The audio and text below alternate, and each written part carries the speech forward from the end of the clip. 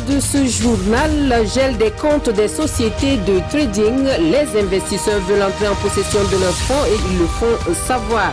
Une conférence de presse et un meeting sont organisés ce matin à Ouagadougou pour relater leur calvaire depuis le verrouillage des comptes. Plus de 50 000 investisseurs sont concernés. C'est une question de vie ou de mort, laisse-t-il entendre. L'on voit cela dans quelques instants. L'arachide utilisé comme symbole lors des cérémonies en pays Bissa est à l'honneur à la fête du 11 décembre à Tenkodogo. Entre l'arachide et le Bissa, c'est une question d'identité culturelle et la journée promotionnelle dédiée à l'oléagineux permet de véhiculer des messages, un reportage à suivre dans ce journal. Victime de la pire attaque djihadiste de son histoire, le Niger rend hommage ce vendredi aux 71 soldats qui ont perdu la vie dans la base d'Inates.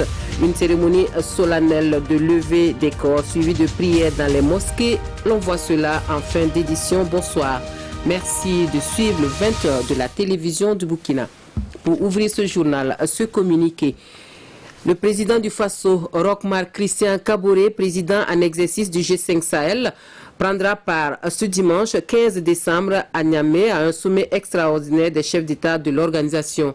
Dans la capitale nigérienne, Roch-Marc Christian Kaboré et ses pairs de l'espace G5 Sahel vont se concerter pour réaffirmer leur position de principe sur l'exigence d'un engagement plus soutenu de la communauté internationale aux côtés des pays du Sahel en lutte contre le terrorisme. Le sommet de Niamey sera aussi une occasion pour les chefs d'État du Burkina Faso, du Mali, de la Mauritanie et du Tchad d'exprimer leur compassion et leur solidarité avec leur frère Mohamedou Issoufou, dont le pays a été durement touché par l'attaque terroriste d'Inates à la frontière nigéro-malienne qui a fait plus de 71 morts dans les rangs des forces armées nigériennes. Nous feuilletons à présent le carnet d'audience du chef du gouvernement. Le Premier ministre s'est entretenu avec le réseau des femmes parlementaires ambassadrices et présidentes d'institutions venues présenter le rapport de son Assemblée générale au Premier ministre. Christophe Joseph Marie Dabiré a également eu des échanges avec le directeur régional Plan pour l'Afrique de l'Ouest et du Centre en visite au Burkina Faso. La synthèse de ces audiences avec Urbain Benito Sommet et Beleman Herman Nestor Toui. Elles sont venues présenter les conclusions de leur dernière assemblée générale au Premier ministre. Elles, ce sont les femmes africaines, ministres parlementaires, ambassadeurs et présidents d'institutions en exercice ou anciennes. Tout en sollicitant l'accompagnement du chef du gouvernement, elles entendent mettre leur expérience au profit de la nation. Ce sont des femmes ici, cet après-midi, sans coloration politique. Nous sommes des femmes avec notre sensibilité de femmes et qui venons faire des propositions parce que ce pays nous a beaucoup donné et en retour, je crois que nous devons aussi donner à ce pays. À la suite de ce réseau de femmes, Christophe Marie-Joseph Dabiré reçoit le directeur régional de Plan pour l'Afrique de l'Ouest et du Centre. Il est venu rassurer du soutien de sa structure au gouvernement face à la crise humanitaire actuelle. Le plan international se tient aux côtés du gouvernement et du peuple du Burkina Faso pour faire au-delà de ce que nous sommes en train de faire actuellement. Et ma visite est dans ce cadre pour que nous puissions amplifier, passer à échelle par rapport à notre réponse. Et le plan international restera aux côtés de la population pour apporter le soutien nécessaire et aider la population à continuer de rebâtir leur vie. Cette visite des responsables du plan vient renforcer une relation vieille de plus de 46 ans aux côtés du peuple burkinabé. À présent, à cette affaire de trading, plus de 25 milliards de francs CFA gelés par la justice et au moins 50 000 investisseurs concernés.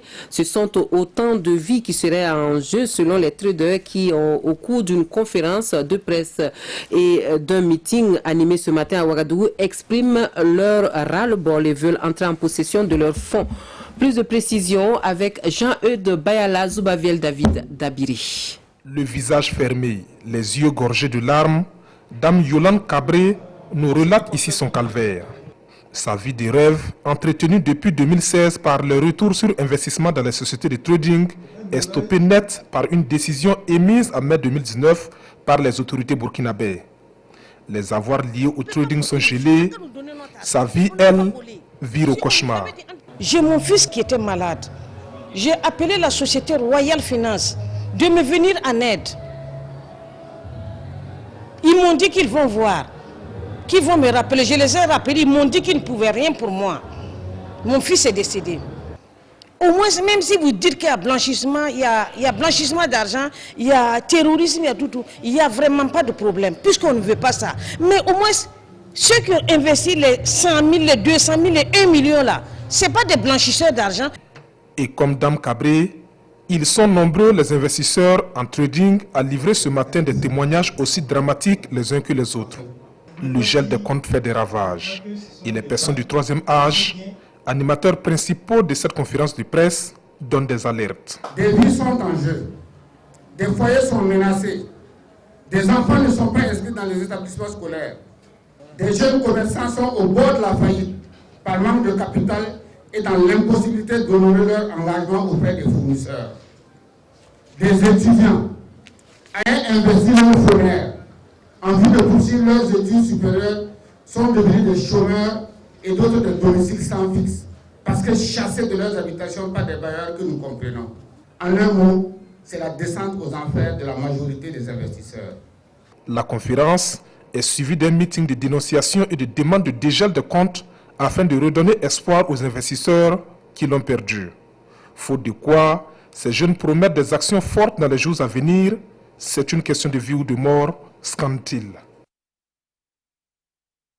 Nous ouvrons l'actualité politique de ce journal avec la rentrée académique 2019-2020 du mouvement du peuple pour le progrès. Dans le viseur, le processus électoral et le vote citoyen. L'ambition affichée par le Centre international de formation politique du MPP, former les militants du parti à travers le pays et afin de permettre ainsi une participation massive à l'animation de la vie politique et surtout prévenir les crises internes à la veille des échéances électorales. Le lancement donc de la rentrée académique ce matin à Ouagadougou avec Amadou Ilboudou et Mamadou Ba. Le cours inaugural sur le processus électoral et le vote citoyen, animé par Dr Ousseini Tamboura, consacre la rentrée académique 2019-2020 du Centre international de formation politique Kwame Nkrumah du MPP. À la veille des échéances électorales, le parti au pouvoir se donne les moyens pour participer à l'animation de la vie politique et surtout prévenir les crises internes. Nous sommes invités de temps en temps pour participer à l'animation de certains débats.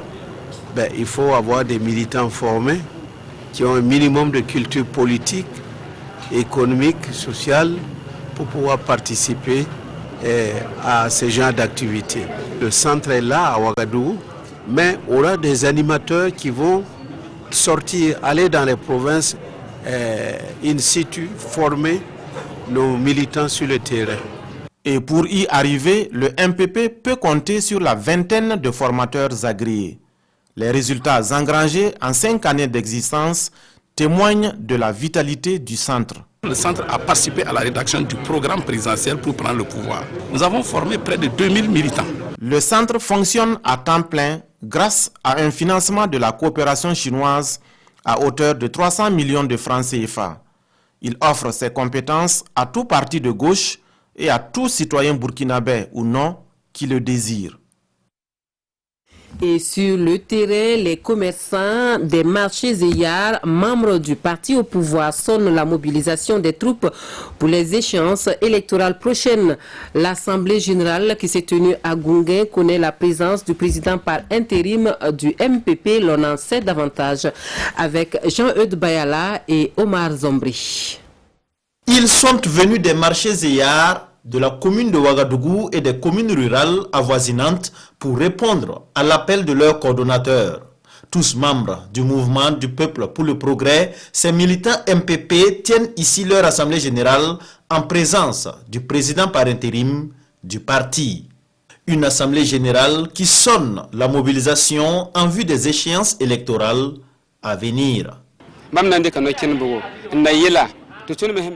Nous avons échangé avec le président par intérim du MPP. Nous avons exposé nos problèmes et sollicité un accompagnement pour nous les commerçants des marchés EYAR.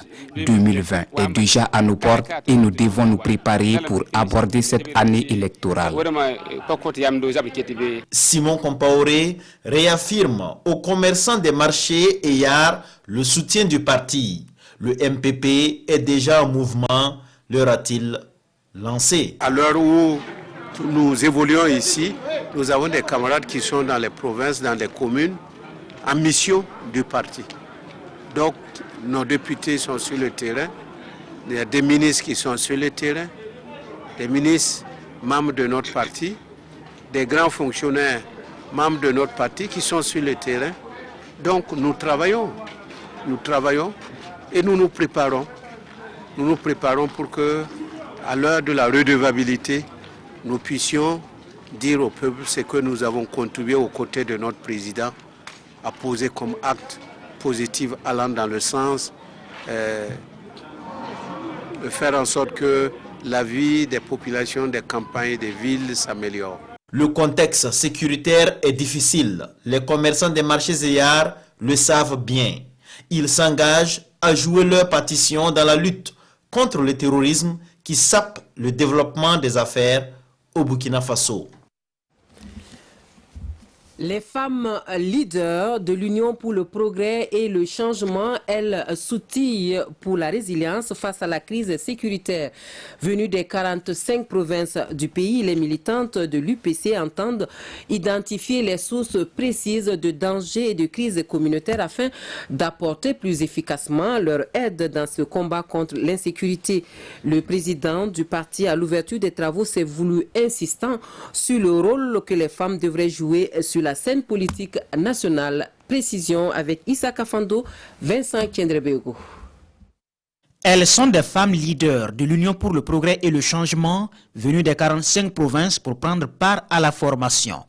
Une formation centrée sur le renforcement des capacités de ces femmes politiques face aux défis de la crise sécuritaire au Burkina Faso.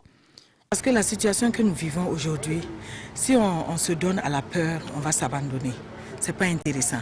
Donc on veut les former sur la résilience, comment résister à cette crise. Surtout quand nous avons des déplacés, les orphelins, les veuves, comment s'organiser, faire un réseau de soutien pour soutenir ces gens, pour leur faire comprendre que la situation va changer. Mais nous sommes 52% de la population. Nous devons résoudre 52% de ces problèmes. Donc notre rôle là, c'est de faire comprendre à la population, aux communautés, que nous devons résister, nous donner la main pour vaincre cette crise. Les Lionnes, comme elles s'appellent, ont le soutien des dirigeants du parti. Zéphirine Diabré leur a livré un message d'encouragement tout en les rassurant de ce que fait l'UPC pour une véritable promotion de la femme à tous les niveaux et surtout dans la sphère politique nationale. C'est le cas du quota genre sur les listes électorales et sur lequel veille le parti. Et pour ces femmes, leur champion national, Zéphirine Diabré, reste la seule alternative avec qui elles s'engagent dans la perspective des prochaines consultations électorales et pour un véritable changement de la situation actuelle du pays. Nous allons maintenant à Rome où le festival Yelba se livre à une véritable opération de séduction auprès des investisseurs. Les potentialités économiques et culturelles du Faso se laissent apprécier et la délégation venue du pays compte bien tirer profit des échanges. Reportage depuis la capitale italienne, Adamagiti, Amadou Marcelto. C'est une opération de charme du Burkina Faso face aux autorités italiennes, notamment les bailleurs de fonds et la diaspora burkinabé. Il faut bien présenter le pays des hommes intègres pour convaincre davantage de touristes et autres investisseurs italiens. Tel est l'exercice auquel s'adonne ici à Rome le ministre de la Culture, des Arts et du Tourisme, Abdul Karim Sango, et le représentant du ministre du Commerce, Bernard Zougri. En ce qui concerne les potentialités touristiques et culturelles, Abdul Karim Sango, après s'être attardé sur des manifestations majeures comme le FESPACO, le CIAO et la SNC, n'a pas manqué de rappeler l'inscription des sites de la métallurgie ancienne au patrimoine de l'UNESCO. Dans le même élan, le ministère du Commerce a présenté aux Italiens les potentialités économiques du Burkina en lien avec le PNDS. Toute chose qui devrait amener la deuxième puissance mondiale en industrie manufacturière de reconsidérer le Burkina Faso, classé jusque-là 120e au marché des exportations italiennes. Burkina Faso, où le club des hommes d'affaires franco-burkinabé a organisé un gala de charité qui a permis de collecter plus de 2 500 000 francs CFA pour venir en aide aux patients souffrant d'insuffisance rénale et de cancer au centre hospitalier national Yalgado Ouedraogo. Plus de détails avec Idrissa Warga Beleman Herman Nestor Toui. Un dîner gala pour collecter des fonds au profit des personnes souffrant d'insuffisance rénale et de cancer infantile à l'hôpital Yalgado Ouedraogo. L'initiative portée par le club des hommes d'affaires franco-burkinabé vise à apporter leur contribution dans la lutte contre ces maladies. Vous avez vu vous-même les conditions dans lesquelles ça travaille et c'est de notre rôle de pouvoir aussi faire un clin d'œil de charité à ce centre-là qui manque beaucoup de moyens et vous savez que l'hémodialyse, d'elle dépend la survie de beaucoup de patients et c'est important donc de faire un clin d'œil à ce centre. À l'occasion de ces galas de charité, les hommes d'affaires et leurs partenaires ont remis des chèques de 1 500 000 francs et 1 million aux responsables du CHU Yalgado Ouedraogo afin de répondre aux besoins immédiats du centre. Ces deux chèques, c'est pour essayer de soulager un tant soit peu les patients que nous recevons. Vous n'êtes pas sans savoir que les patients que nous avons, pour ce qui est de la dialyse comme ce qui est du cancer, c'est des pathologies chroniques. C'est-à-dire que c'est des maladies avec lesquelles les gens vivent pendant longtemps. Donc ça veut dire que même s'ils ont un peu d'argent, ils finissent toujours par tomber dans un état de pauvreté qui est tel qu'il faut les aider. Le gala de charité des clubs des hommes d'affaires est à sa 2e édition. Il connaît des innovations, notamment l'organisation d'un jeu concours au profit des participants. Un jeu qui a permis aux plus chanceux de repartir avec des dons en nature et en espèces. Une actualité verte dans ce journal, faire connaître les principaux dispositifs qui existent en matière de fiscalité environnementale. C'est l'objectif de la formation au profit du comité technique. Il s'agit en fait de transmettre les outils nécessaires aux acteurs pour une meilleure maîtrise de la question de la fiscalité verte. Plus de détails avec Oscar Soulama Isiaka Nana. C'est une formation de base des cadres de l'administration en fiscalité environnementale pour un meilleur accompagnement des consultants vers une économie verte et inclusive au Burkina Faso. Pendant 2 jours, le comité technique sera mieux outillé dans la politique de suivi de préservation de l'environnement. Cette formation du ministère de l'Environnement s'inscrit dans le cadre d'une étude portant sur l'élaboration de la fiscalité dans le territoire burkinabé. Nos attentes sont énormes. C'est de voir l'administration publique maîtriser tous ces outils, de savoir qu'est-ce que la fiscalité environnementale, de savoir également qu'est-ce que le pays doit faire pour vraiment sauvegarder l'environnement à travers cette nouvelle situation qui s'impose à nous, qu'il était important pour nous d'avoir une vision de sauvegarder l'environnement pour s'inscrire dans une dynamique de développement durable à travers la transition de notre économie. Le coût de la dégradation de l'environnement relativement élevé se chiffre à hauteur de 780,39 milliards de francs CFA, soit 21,2% du PIB, selon le 4e rapport de l'état de l'environnement au Burkina Faso. D'où la mise en place de cette politique visant à encourager tout comportement qui peut contribuer à la préservation de l'environnement au Burkina Faso. Et l'agence burkinabé de normalisation de la métrologie et de la qualité qui encourage les acteurs économiques du plateau central à intégrer la normalisation, la métrologie et l'autocontrôle dans leurs activités. Ce sont les exigences actuelles du marché et à Zignaré, un atelier de sensibilisation et d'information permet de tout savoir.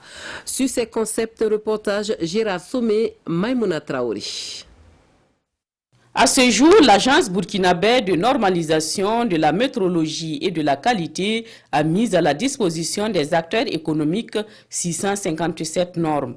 Mais ces normes sont souvent peu connues. Cette rencontre avec les acteurs de la région du plateau central a pour but de les informer et de les sensibiliser sur les enjeux de la normalisation, de la fonction métrologique et de l'autocontrôle de leurs activités. La norme est un document qui contient les exigences de qualité d'un produit ou d'un service.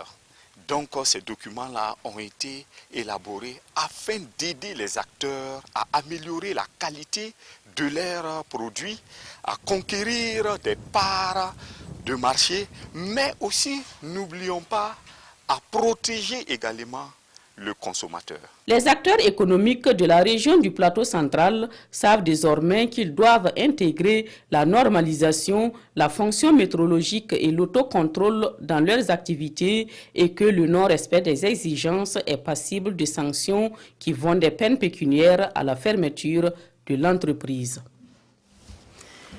L'arachide donc à l'honneur à Tenkodogo lors de la célébration du 11 décembre.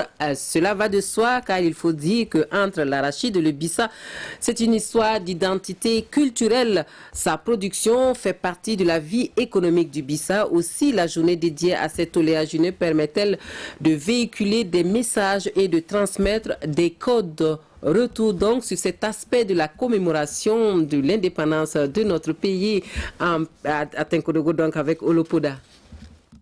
Inconcevable, une célébration du 11 décembre dans la région du centre-est sans un espace dédié à l'arachide. Cette plante d'origine américaine fait partie du patrimoine du Bissakou et est un élément important de la vie économique, sociale et culturelle des Bissa, à tel point qu'ils se singularisent par leur attachement à cet oléagineux. Et ce n'est pas Abdul Karim Sango, un fils du terroir, qui dira le contraire. À travers sa participation à la journée de l'arachide à la faveur de la fête de l'indépendance à Tenkodogo, le ministre en charge de la culture dit venir se ressourcer, apprécier le rôle que joue l'arachide dans la construction de l'identité Bissa et dans les alliances à plaisanterie. Nous avons l'obligation de valoriser tous ces éléments de notre patrimoine culturel qu'il faut progressivement transmettre aux plus jeunes. Il est greffé à cet événement un autre élément de l'identité culturelle du Burkina, c'est la parenté à plaisanterie. Dieu seul sait combien cette parenté à plaisanterie nous a permis de surmonter beaucoup d'obstacles. Aujourd'hui que nous sommes confrontés à beaucoup de défis, nous croyons encore que grâce à la parenté à plaisanterie, le Burkina arrivera à faire face à ces défis et à gagner de précieuses victoires. Madame Rosalie Bansé est l'initiatrice des journées promotionnelles de l'arachide. La célébration du 11 décembre à Tenkodogo était une opportunité pour elle de mettre une fois de plus en lumière ce produit. Au-delà de la satisfaction des besoins des consommateurs locaux, l'arachide, selon elle, doit s'orienter vers la conquête des marchés extérieurs à travers la transformation et la commercialisation. La fête de l'arachide est une manifestation populaire à triple dimension. Elle encourage les producteurs dans leur détermination à lutter contre la pauvreté. Elle poursuit des visées promotionnelles et commerciales. Le développement durable de cette région va de pair avec l'épanouissement social, car le progrès économique doit avoir pour finalité le bien-être social des populations. Promouvoir la culture de l'arachide, c'est l'objectif de cette fête, une journée promotionnelle qui a permis de magnifier et de découvrir toutes les facettes de cet oléagineux qui a incontestablement modifié les habitudes agricoles dans les villages de la région. De santé dans ce journal et on parle lutte contre la pratique de l'excision. Les acteurs unis à Koudougou veulent capitaliser leurs expériences et leurs approches développées sur le terrain. Mis ensemble, cela pourrait constituer un répertoire qui permettra d'atteindre des résultats encore plus probants. On voit cela avec Rasmane Zoundi, Isiaka Nana.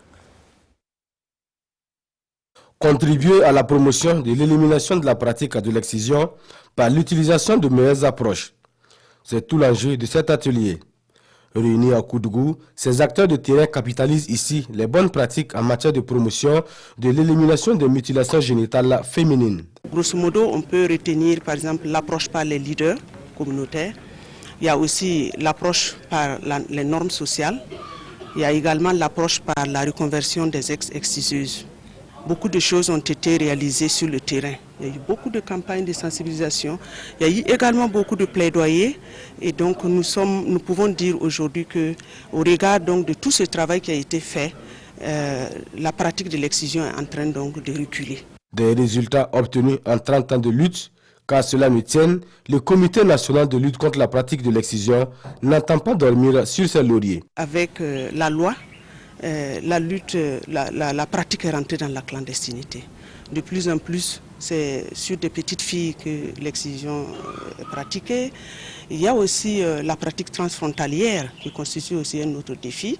Il y a toujours des communautés qui ont besoin d'informations pour comprendre davantage le bien fondé donc, de la non-excision. Au sortir de cette rencontre, la trentaine de participants devra dresser un répertoire de meilleures approches développées sur le terrain dans la promotion de l'abandon des mutilations génitales féminines. Des bonnes pratiques qui seront capitalisées en vue de leur vulgarisation. Et l'éducation complète à la sexualité qui sera bientôt prise en compte dans les programmes de formation, dans les centres de formation professionnelle au ministère en charge de la jeunesse. Cela pour permettre aux jeunes de faire de meilleurs choix en matière de sexualité. Une formation des formateurs a lieu en prélude à l'introduction des nouveaux modules. Salifou Belem et Maxime Zongo pour le reportage.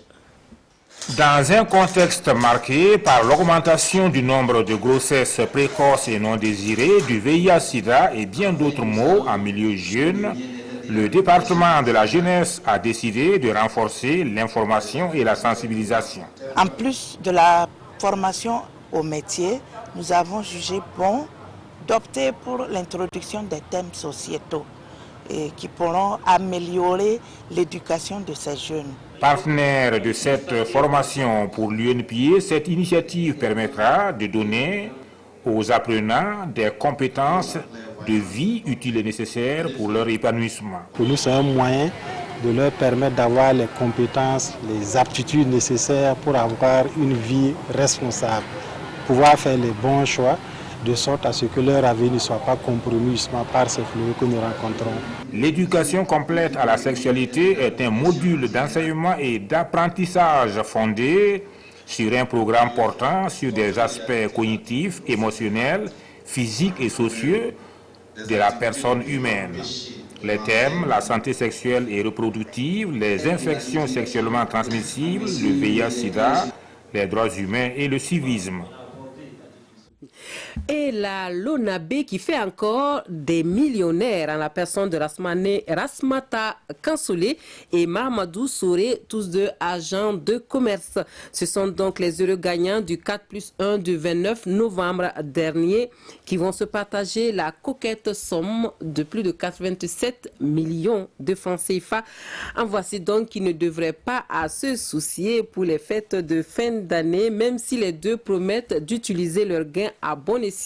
La remise des lots est suivie pour nous par Bernard Kombelem et Isiaka Nana.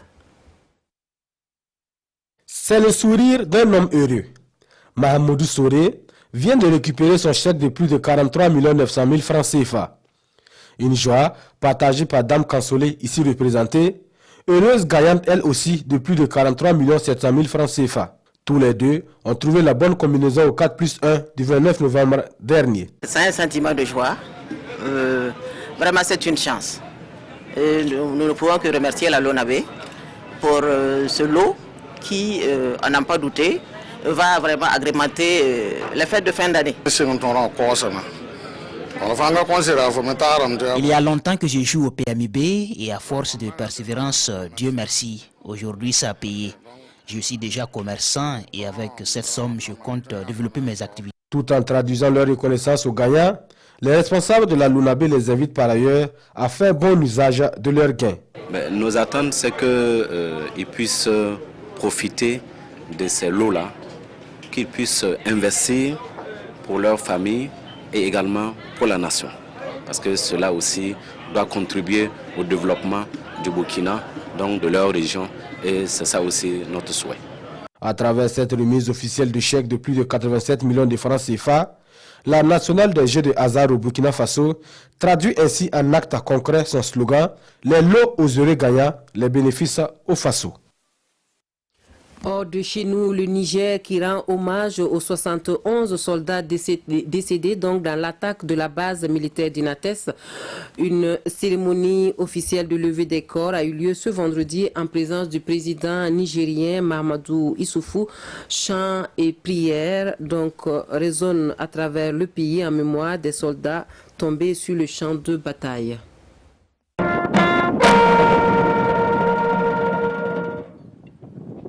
Sur le tarmac de l'escadrille nationale de Niamey, les corps des 71 soldats tués soigneusement alignés. Drapés des couleurs nationales, vert, blanc et orange. En présence de leurs frères d'armes et de leurs familles, le président Mahamadou Issoufou a tenu à leur rendre hommage. Votre sacrifice ne sera pas vain, car nous sommes par ailleurs déterminés sur le plan politique, stratégique, opératif et tactique à renforcer encore plus nos alliances et la coordination de nos forces pour lutter ensemble au nom de la liberté, contre les ennemis de la liberté, contre l'ignorance et l'obscurantisme. Avant leur enterrement au carré des martyrs à quelques mètres de là, le président Issoufou a décoré le commandant Alassane Anoutab et ses 70 soldats. L'attaque djihadiste survenue mardi soir contre la garnison d'Inates près de la frontière avec le Mali est la plus meurtrière subie par l'armée nigérienne. Revendiquée par le groupe État islamique, elle met en lumière les difficultés des forces armées sur le terrain à lutter contre les groupes djihadistes qui multiplient leurs actions meurtrières dans la région. Depuis le mois de septembre, plus de 230 soldats africains ont été tués au Niger, au Mali et au Burkina Faso. Un sommet entre les dirigeants des pays engagés dans l'opération militaire au Sahel devrait se tenir en janvier en France.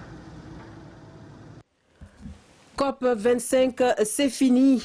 Après 2 semaines de débats infructueux et décevants, les pays étudient ce samedi une nouvelle proposition de la présidente chilienne. C'est donc une journée supplémentaire que l'on se donne pour tenter de trouver un accord. Mais tous les regards sont tournés vers la COP26 à Glasgow où les États doivent présenter une révision de leurs engagements.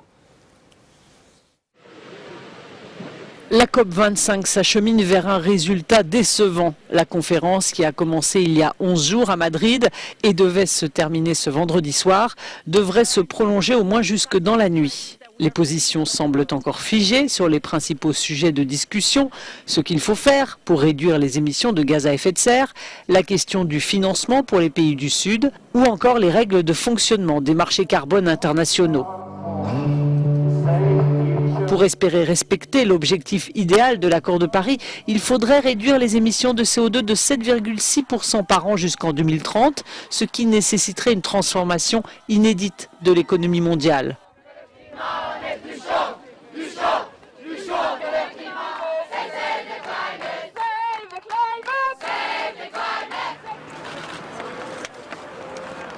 Près de 300 militants écologistes de diverses organisations ont fait front commun devant la COP25 pour marquer la fin du sommet. Les leaders mondiaux fuient toujours leurs responsabilités, a déclaré Greta Thunberg.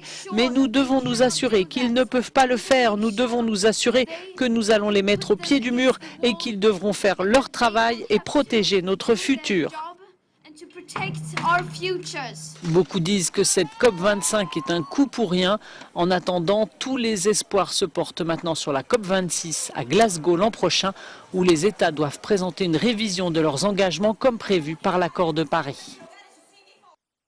Des actualités dans cette édition sur la télévision du Burkina. Merci de nous avoir reçus chez vous. Sanoua Christine Koulibaly vous donne rendez-vous à 22h30 pour la synthèse des actualités de ce jour. Très bonne soirée sur la télévision du Burkina.